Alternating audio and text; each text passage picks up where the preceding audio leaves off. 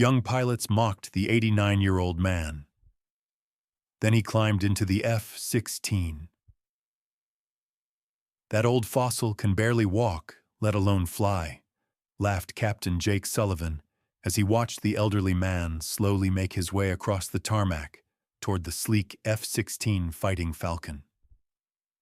The 89-year-old moved with careful, measured steps, using a walking cane and wearing simple civilian clothes that looked decades out of place among the high-tech flight suits of Nellis Air Force Base. But when the ancient pilot strapped himself into the cockpit and fired up the afterburners, what happened next would leave every young pilot on the ground speechless and forever change their understanding of what it means to truly fly. The Nevada sun blazed mercilessly over Nellis Air Force Base as the 34th Fighter Squadron prepared for their monthly proficiency evaluation. The elite group of F-16 pilots represented the cream of American air power, young, highly trained, and equipped with the most advanced fighter aircraft in the world. Their jets bristled with cutting-edge avionics, fly-by-wire flight controls, and computer systems that could process information faster than human reflexes. Captain Jake Sullivan, at 28, was considered one of the squadron's rising stars. With 800 flight hours and a reputation for aggressive flying, he embodied the confident swagger that came with mastering one of the most complex machines ever built. His wingman, Lieutenant Sarah Chen, matched his skills and attitude despite having only recently graduated from pilot training. Together, they represented the new generation of fighter pilots, technically proficient, systems-focused, and utterly confident in their abilities. That's when an unexpected figure appeared at the flight line operations building. Colonel Martinez, the squadron commander, emerged accompanied by a man who seemed to belong in a different era entirely. The elderly gentleman moved slowly across the tarmac, his gait supported by a polished wooden cane. He wore simple khaki pants, a white button-down shirt, and a leather flight jacket that looked like it had seen service in multiple wars. "Who's the museum piece?" whispered Captain Rodriguez from behind his flight helmet. The comment drew snickers from the assembled pilots, who had gathered for their pre-flight briefing. The old man's appearance was so incongruous with the high-tech environment that several pilots pulled out their phones to record what they assumed would be an amusing encounter. Lieutenant Chen leaned over to Sullivan. "Think he's someone's grandfather getting a base tour?" Sullivan studied the elderly man's slow, deliberate movements. "More likely someone's great-grandfather. Guy looks like he learned to fly with the Wright brothers." The laughter that followed was loud enough that the old man couldn't help but hear it, though his expression never changed. Colonel Martinez approached the gathered pilots with the elderly man at his side. "Gentlemen and ladies, I want you to meet someone special. This is Brigadier General Robert Razor Mackenzie, retired. He's here today as part of our Heritage Flight program." The mention of the general's rank caused some of the laughter to die down, but the skepticism remained obvious. Sullivan wasn't impressed by retirement rank. "Sir, no disrespect, but what aircraft did you fly? And when?"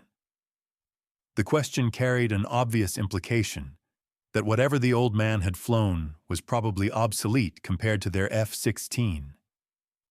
General Mackenzie looked at Sullivan with clear, steady eyes that held decades of experience. "I flew F-4 Phantoms in Vietnam, son, then F-15 Eagles during the Cold War. And yes, I'm qualified in F-16s too." The revelation that Mackenzie was a multi-platform fighter pilot should have commanded respect, but the young pilots were fixated on his age and frail appearance. "Sir," Chen said with barely concealed condescension, "those aircraft are pretty different from modern F-16. The avionics alone have advanced more in the last 10 years than in the previous 30. Mackenzie nodded thoughtfully. You're absolutely right, Lieutenant. The technology has advanced tremendously, but some things haven't changed at all. Rodriguez couldn't resist chiming in. Like what, sir? Everything's computerized now. Fly-by-wire, digital displays, automated systems. It's not like the old days when pilots had to actually fly the plane manually. The comment revealed exactly the kind of thinking that worried Mackenzie about the new generation of pilots. Son, the computers can fail. The automated systems can malfunction. When that happens, all you have left is stick and rudder skills and the experience to know what the aircraft is telling you through the seat of your pants. Sullivan rolled his eyes slightly. Sir, these F-16s have triple redundancy on all critical systems. The chances of multiple failures are basically zero. Colonel Martinez decided to cut through the growing tension. General Mackenzie has requested permission to fly with us today. He's current and qualified in F-16s, and frankly, I think you could all learn something from him.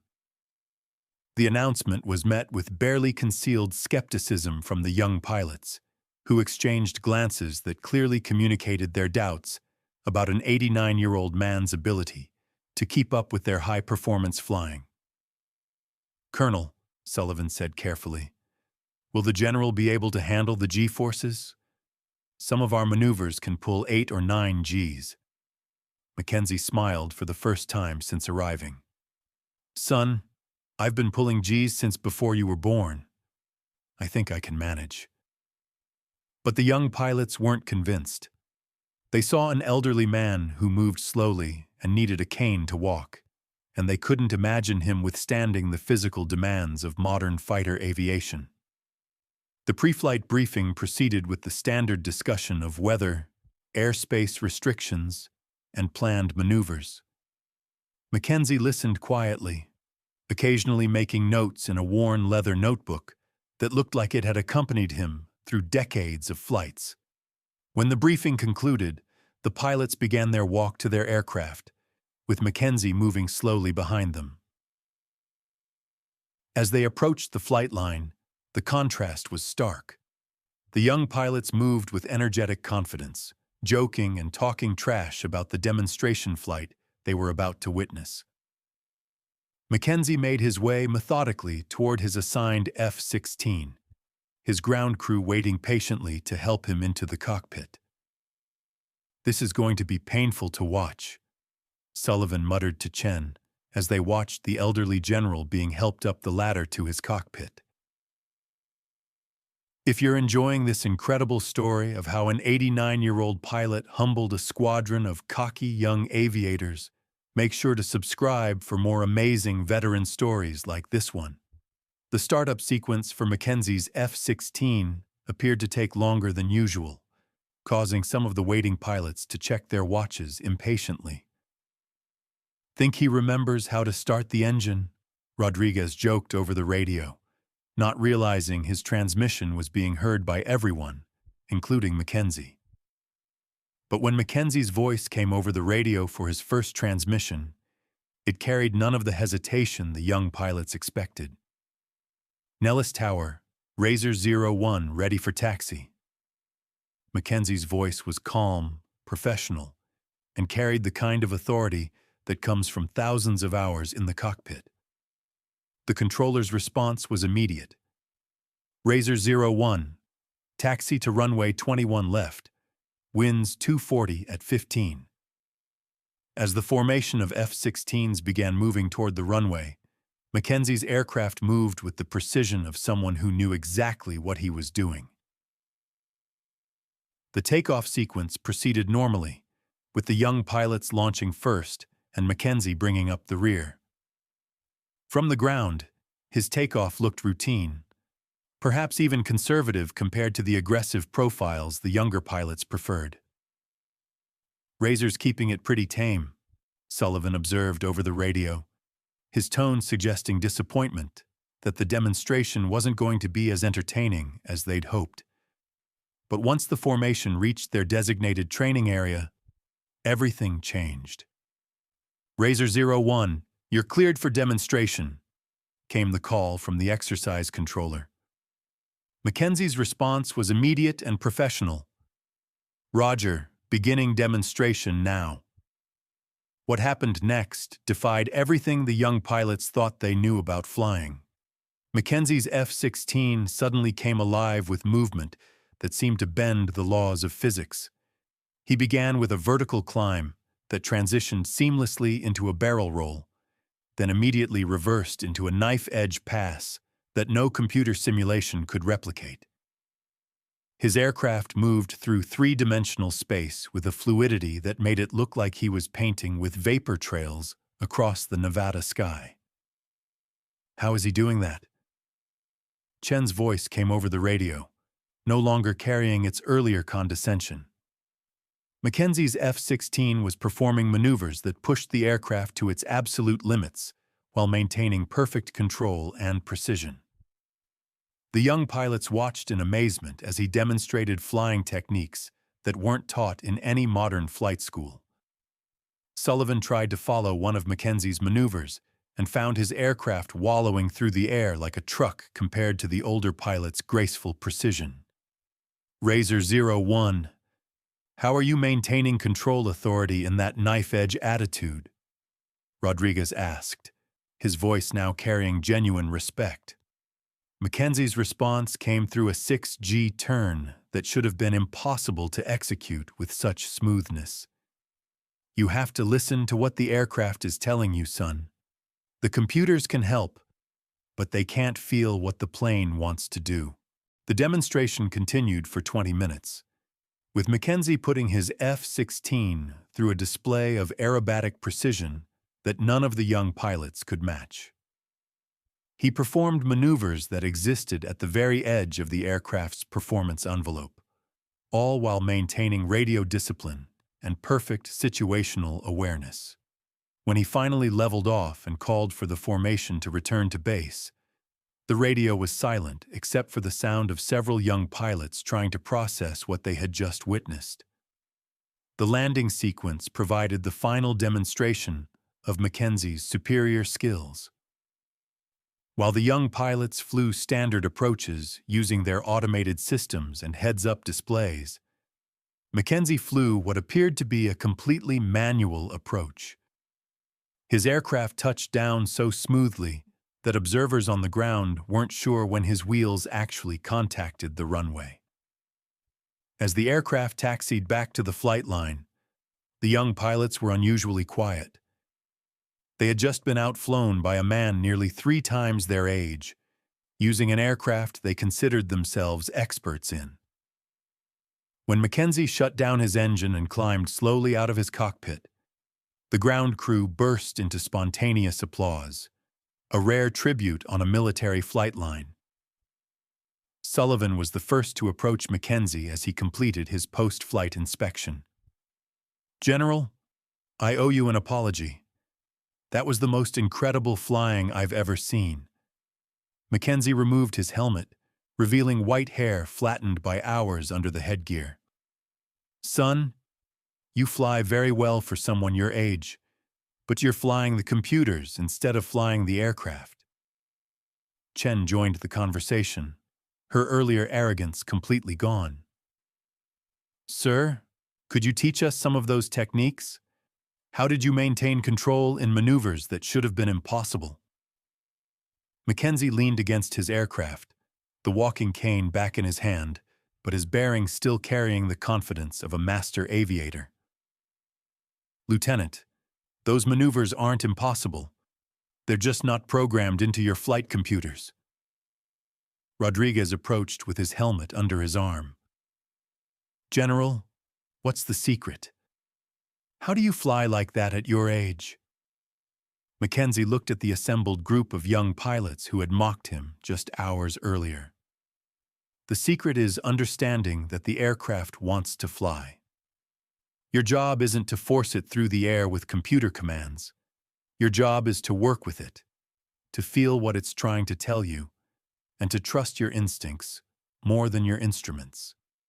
The debriefing that followed became an impromptu masterclass in fighter aviation. Mackenzie explained concepts that weren't taught in modern flight training. How to read an aircraft's behavior through subtle changes in control feel.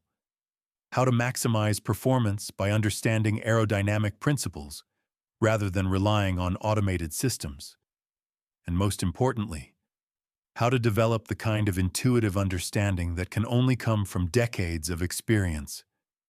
Your generation of pilots is technically proficient, Mackenzie told them, but you've become too dependent on technology. When those systems fail, and eventually they will, you need to be able to fly the aircraft using nothing but your hands, your eyes, and your understanding of flight. Sullivan realized he was receiving wisdom that couldn't be found in any manual or training program. Colonel Martinez, who had been observing from the ground, joined the group. General Mackenzie has agreed to spend a few days with us, sharing some of his experience with our pilots. The announcement was met with enthusiastic acceptance from the young aviators who had learned more about flying in one afternoon than they had in months of routine training. Over the following days, Mackenzie worked individually with each pilot, teaching them to feel their aircraft, rather than simply managing its systems. He showed them how to recognize the subtle signs that preceded a departure from controlled flight, how to recover from unusual attitudes using only basic instruments, and how to extract maximum performance from their F-16 using techniques developed through decades of experience. The transformation in the squadron's flying was remarkable. Pilots who had been technically competent but mechanically precise began to develop the kind of intuitive understanding that separated good pilots from great ones. Their flying became smoother, more confident, and more effective as they learned to work with their aircraft rather than simply commanding them. 6 months after Mackenzie's visit, the 34th Fighter Squadron posted the highest flying evaluation scores in the wing's history. But more importantly, they had developed a deeper understanding of their profession and their aircraft. Sullivan, who had been the most skeptical, became Mackenzie's most dedicated student, staying in touch with the retired general and continuing to learn from his decades of experience. Mackenzie never sought recognition for his demonstration or his teaching. He understood that his knowledge represented a bridge between the Air Force's proud aviation heritage and its technological future. The young pilots who had initially dismissed him as a relic learned that true expertise comes not from mastering the newest systems, but from understanding the fundamental principles that make flight possible. Today, there's a small display in the 34th Fighter Squadron's Ready Room featuring a photograph of Mackenzie's demonstration flight and a description of his visit. The caption reads, "General Robert Razor Mackenzie, who taught us that the best technology works best when guided by experience, wisdom, and respect for the art of flight." It serves as a reminder to every young pilot that sometimes the most important lessons come from those who look the least like modern warriors. Brigadier General Mackenzie continued to fly well into his 90s, though he eventually had to give up high-performance aircraft for safety reasons. His legacy lives on in the pilots he taught, who now pass on his lessons about the marriage of technology and intuition that creates truly exceptional aviators. The young pilots who once mocked his age and appearance now understand that mastery of flight transcends any particular era or equipment. It's about understanding the eternal principles that allow humans to soar through the sky with grace, precision, and respect for the magnificent machines that make it all possible.